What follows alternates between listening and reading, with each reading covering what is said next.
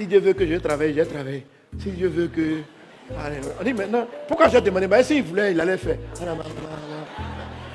S'il ne m'a pas donné le marché, c'est que ce n'est pas pour moi. C'était pour toi. C'était pour toi.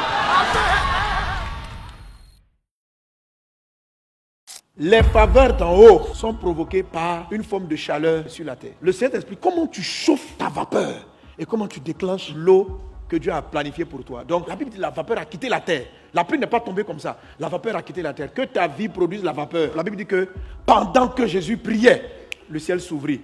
Luc chapitre 3 verset 21. Pendant que Jésus priait.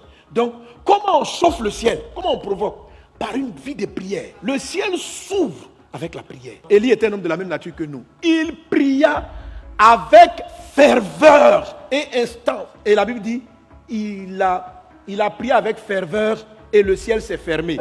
Le ciel de poussière, là, il faut le fermer. Il y a des pluies sataniques qui descendent dans nos vies, il faut les fermer. Élie a prié et il a fermé le ciel. Quand ta vie est confrontée à la pluie de poussière, ça dit que la vie de poussière, c'est quoi? C'est que tout ce que tu commences, ça ne marche pas. C'est pas que c'est difficile, ça se casse même. C'est comme si, on dirait même, tu es un porte-malheur. Tu sais pourquoi la poussière continue de venir dans ta vie? Tu pries trop en flequet. L'ingrédient de la prière qui a ouvert le ciel, c'est la ferveur. C'est pas le fait de prier. Il y a des gens qui prient, mais ils manquent de ferveur. Pas la prière seulement. La prière fervente. Maintenant, j'explique les 3 niveaux de ferveur. Il y a la ferveur d'esprit, la ferveur de l'âme, la ferveur du corps. La Bible parle des personnes qui étaient fervents d'esprit. Voilà, il y en a, leur corps bouge, mais ils ne sont pas fervents d'esprit. Quand tu es fervent d'esprit, ça dit que le sujet pour lequel tu veux voir la gloire de Dieu, ça prend ta tête. C'est dans ton esprit comme ça. Tu vois, en fait, tu dis que tu veux la pluie, mais tu ne pries pas concentré. Il faut prier concentré. C'est-à-dire que tu penses, oh Jésus, je veux que ma soeur soit guérie. Ouvre le ciel de la santé. Je veux que mes affaires marchent. Est-ce que tu sais pourquoi la pluie ne vient pas arroser tes affaires? Est-ce que tu te rends compte que tu ne pries pas? Est-ce que tu te rends compte que tu ne pries pas avec ferveur? Toi, tu as délégué la ferveur au prophète et au pasteur. Et toi, tu pries flequet. Le contraire de la prière fervente, c'est la prière nonchalante. Oh mon Dieu, souviens-toi de mes affaires. Oh, dis-moi, voir le directeur. Alléluia. Touche.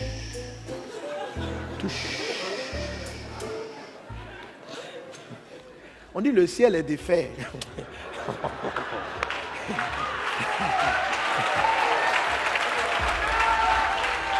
Vous savez pourquoi on a plus de ça en croisade? Parce qu'on prie beaucoup plus à ferveur quand il s'agit de l'évangélisation. Mais vous qui avez un business que Dieu veut bénir, est-ce que vous savez que pour ton business, tu ne pries pas avec sérieux? Toi, tu te demandes si ton business est spirituel, c'est pas spirituel. C'est spirituel. C'est spirituel. C'est ce que Dieu t'a donné. Il y a des démons qui veulent fermer le ciel, envoyer la poussée. Ton travail est spirituel. Dieu dit, je bénirai le travail de tes mains. Alors quand il s'agit d'aller faire une évaluation, c'est là où on prie, on fait des veilles. Et qu'est-ce qui se passe? Le ciel s'ouvre, on a des miracles, les aveugles voient, les paralytiques marchent. Ok? Le ciel s'est ouvert. Mais pour tes affaires. Alléluia.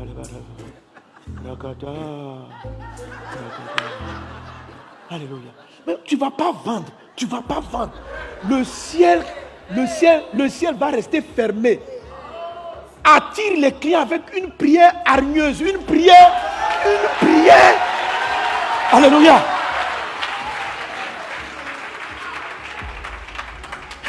Il y a un ciel qui est fermé sur ton mariage. Ça veut dire que ton mariage est un ciel des reins vide. Mariage creux. On dirait d'ouvrir le ciel. C'est là, oh Dieu. Peut-être que ce n'est pas l'homme de ma vie. Si c'était l'homme de ma vie, pourquoi c'est pas l'homme de ma vie? Vous êtes déjà mariés, avançons là. Non.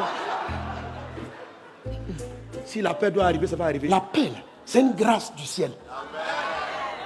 Ça fait partie du capital. C'est-à-dire que Dieu donne des ressources de paix. Ça fait partie. Le ciel de Élie, là, il a ouvert avec une prière fervente.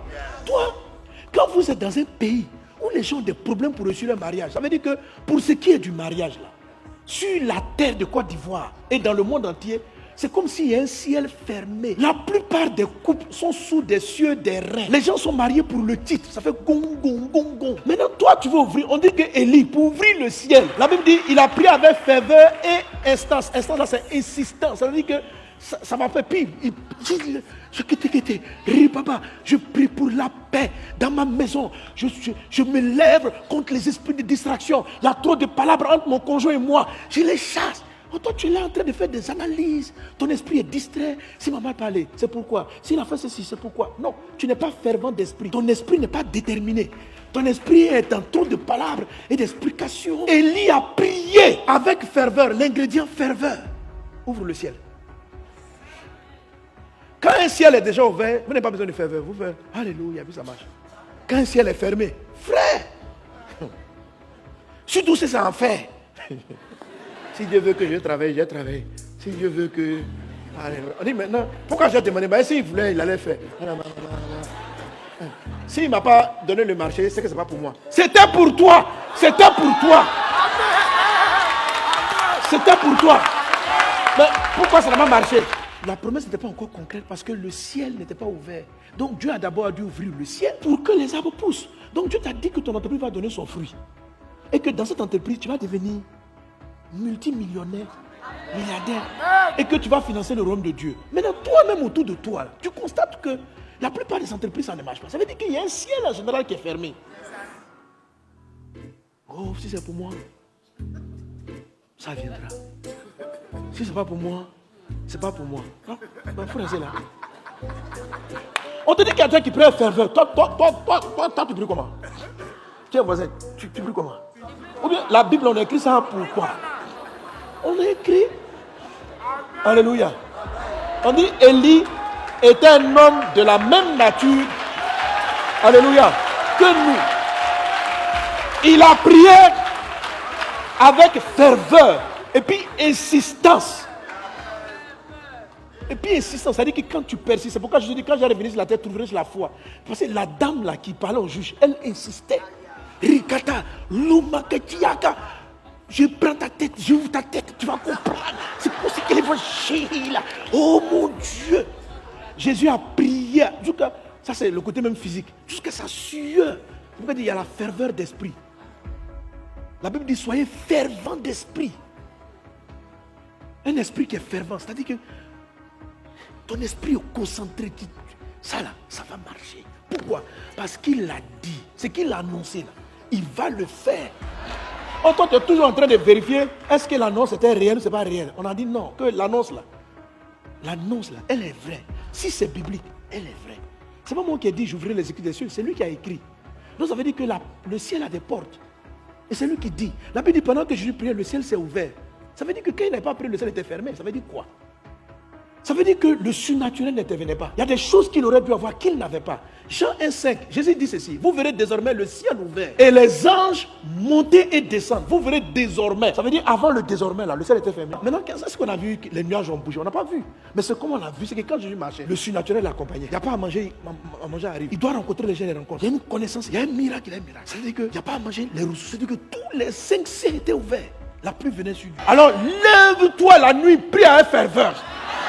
Si ce marché-là est important, prie. Si Dieu t'a donné des connexions qui sont en train de dormir, prie. Et ne prie pas en dormant. Les disciples étaient bien disposés. Leur esprit, Jésus dit votre esprit est disposé, mais la chair est faible. Il n'a pas la ferveur physique. Ce jour-là, même Jésus me met des problèmes. Mais Jésus a surmonté. Il faut être fervent d'esprit. Il ne faut pas dormir. Une prière fervente, on ne dort pas. On ne peut pas bien faire. Non. Tu t'élèves. Tu peux prier ferveur au coucher, mais si le sommeil vient t'attraper dans ton coucher, tu te lèves. Surtout quand vous avez des sujets très importants, des gros dossiers. Les démons, la pluie de poussière qui gère. Tu es dans le domaine de la construction. Les démons qui sont dans la construction, là, c'est pas correct. Il y a des démons là-bas. C'est-à-dire, d'un bout à l'autre, si vous voulez des produits de construction, là, tout le monde vole dedans. Il y a beaucoup de pluie de poussière dans le domaine de la construction. Oui, vous pouvez perdre beaucoup d'argent. Vous pouvez perdre. Frère, vous devez prier pour assainir même vos connexions. Ça veut dire les gens avec lesquels vous travaillez sur le chantier. Vous devez prier parce qu'eux-mêmes là, leur ciel même, c'est-à-dire vous devez prier. Avec ferveur et insistance. Tu as toujours besoin. Tiens, voisin. Voilà, c'est Il y a des sujets où vous êtes choc. On dit, ça va, il y a les démons. Chassons les démons de sorciers. Oui, mais non, ça, ce ciel-là, il est ouvert. Ce ciel-là, tu l'as ouvert. Maintenant, et le ciel de ton mariage, et le ciel de ton travail, et le ciel de tes affaires. Et ce ciel-là, où il en est, où en est-il? Qu'est-ce que tu fais? Prie. Amen, amen. Quelqu'un donne-moi amen. Alléluia.